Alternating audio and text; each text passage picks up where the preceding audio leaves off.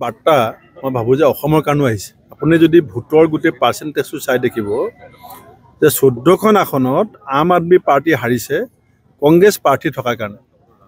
আনকি মুখ্যমন্ত্ৰী উপমুখ্যমন্ত্ৰী এওঁলোক যে হাৰিছে তাত কংগ্ৰেছে যিমান ভোট পাইছে তাৰ 10 ভাগৰ এভাগ ভোট যদি আপে পালেহেঁতেন আজি আম আদমি পাৰ্টি চৰকাৰ। অহংকাৰ, আকুৰগুৰ স্থিতি, কেজৰিৱাল ডাঙৰীয়াৰ যিটো আকুৰগুৰ স্থিতি আছিলে যে মই অকলে চব কৰিম, মোক কাকো লগত নালাগে, আৰু যিটো অহংকাৰ আছিলে সেই অহংকাৰটো অধপতন হৈছে। আজি কংগ্ৰেছ দলক ক'ৰবাত শক্তিশালী হ'ব পাৰে, ক'ৰবাত দুৰ্বল হ'ব পাৰে, কিন্তু কংগ্ৰেছ দলৰ এটা ভেটি গোটেই দেশ জুৰি আছে।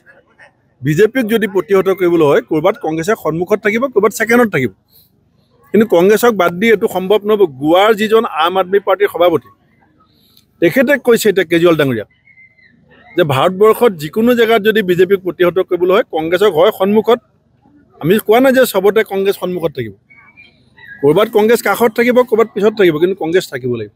কাৰণ এটা নেশ্যনেল অল্টাৰনেটিভ বিজেপিৰ ৰাষ্ট্ৰীয় বিকল্প বা কংগ্ৰেছৰ ৰাষ্ট্ৰীয় বিকল্প এই দুটা পাৰ্টি নেশ্যনেল। গতিকে বাকী দলবিলাকৰ ষ্টেট ৰাজ্যভিত্তিক এটা শক্তি আছে, সেই ৰাজ্যবিলাকত তেওঁলোকক অগ্ৰাধিকাৰ থাকিব। সেইকাৰণে অসমত আমি তাৰ পৰা এটা শিক্ষা লৈছোঁ যে বিজেপি বিৰোধী ভোট বিভাজন যদি আমি কৰোঁ তেতিয়া সুযোগটো বিজেপিয়ে পায়।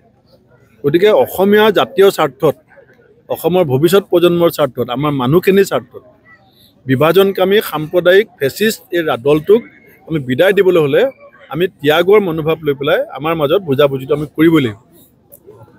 বাৰ্তা মই ভাবোঁ যে অসমৰ কাৰণেও আহিছে। আপুনি যদি ভোটৰ গোটেই পাৰ্চেণ্টেজটো চাই দেখিব যে 14খন আসনত আম আদমি পাৰ্টি হাৰিছে কংগ্ৰেছ প্ৰাৰ্থী থকাৰ কাৰণে। আনকি মুখ্যমন্ত্ৰী উপমুখ্যমন্ত্ৰী এওঁলোক যে হাৰিছে তাত কংগ্ৰেছে যিমান ভোট পাইছে তাৰ 10 ভাগৰ এভাগ ভোট যদি আপে পালেহেঁতেন আজি আম আদমি পাৰ্টি চৰকাৰ। অহংকাৰ, আকুৰগুৰ স্থিতি, কেজৰিৱাল ডাঙৰীয়াৰ যিটো আকুৰগুৰ স্থিতি আছিলে যে মই অকলে চব কৰিম, মোক কাকো লগত নালাগে, আৰু যিটো অহংকাৰ আছিলে সেই অহংকাৰটো অধপতন হৈছে। আজি কংগ্ৰেছ দলক ক'ৰবাত শক্তিশালী হ'ব পাৰে, ক'ৰবাত দুৰ্বল হ'ব পাৰে, কিন্তু কংগ্ৰেছ দলৰ এটা ভেটি গোটেই দেশ জুৰি আছে। বিজেপিক যদি প্ৰতিহত কৰিবলৈ হয় ক'ৰবাত কংগ্ৰেছে সন্মুখত থাকিব, ক'ৰবাত ছেকেণ্ডত থাকিব, কিন্তু কংগ্ৰেছক বাদ দি এইটো সম্ভৱ নহ'ব। গোৱাৰ যিজন আম আদমি পাৰ্টিৰ সভাপতি তেখেতে কৈছে এতিয়া কেজৰিৱাল ডাঙৰীয়াক যে ভাৰতবৰ্ষত যিকোনো জেগাত যদি বিজেপিক প্ৰতিহত কৰিবলৈ হয় কংগ্ৰেছক হয় সন্মুখত, আমি কোৱা নাই যে চবতে কংগ্ৰেছ সন্মুখত থাকিব, ক'ৰবাত কংগ্ৰেছ কাষত থাকিব, ক'ৰবাত পিছত থাকিব, কিন্তু কংগ্ৰেছ থাকিব লাগিব।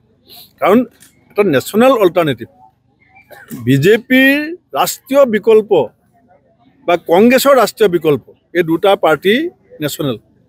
গতিকে বাকী দলবিলাকৰ ষ্টেট ৰাজ্যভিত্তিক এটা শক্তি আছে, সেই ৰাজ্যবিলাকত তেওঁলোকক অগ্ৰাধিকাৰ থাকিব।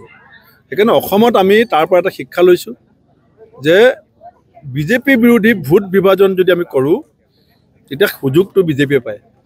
গতিকে অসমীয়া জাতীয় স্বাৰ্থত, অসমৰ ভৱিষ্যত প্ৰজন্মৰ স্বাৰ্থত, আমাৰ মানুহখিনিৰ স্বাৰ্থত বিভাজনকামী সাম্প্ৰদায়িক ফেচিষ্ট এই দলটোক আমি বিদায় দিবলৈ হ'লে আমি ত্যাগৰ মনোভাৱ লৈ পেলাই আমাৰ মাজত বুজাবুজিটো আমি কৰিবই লাগিব।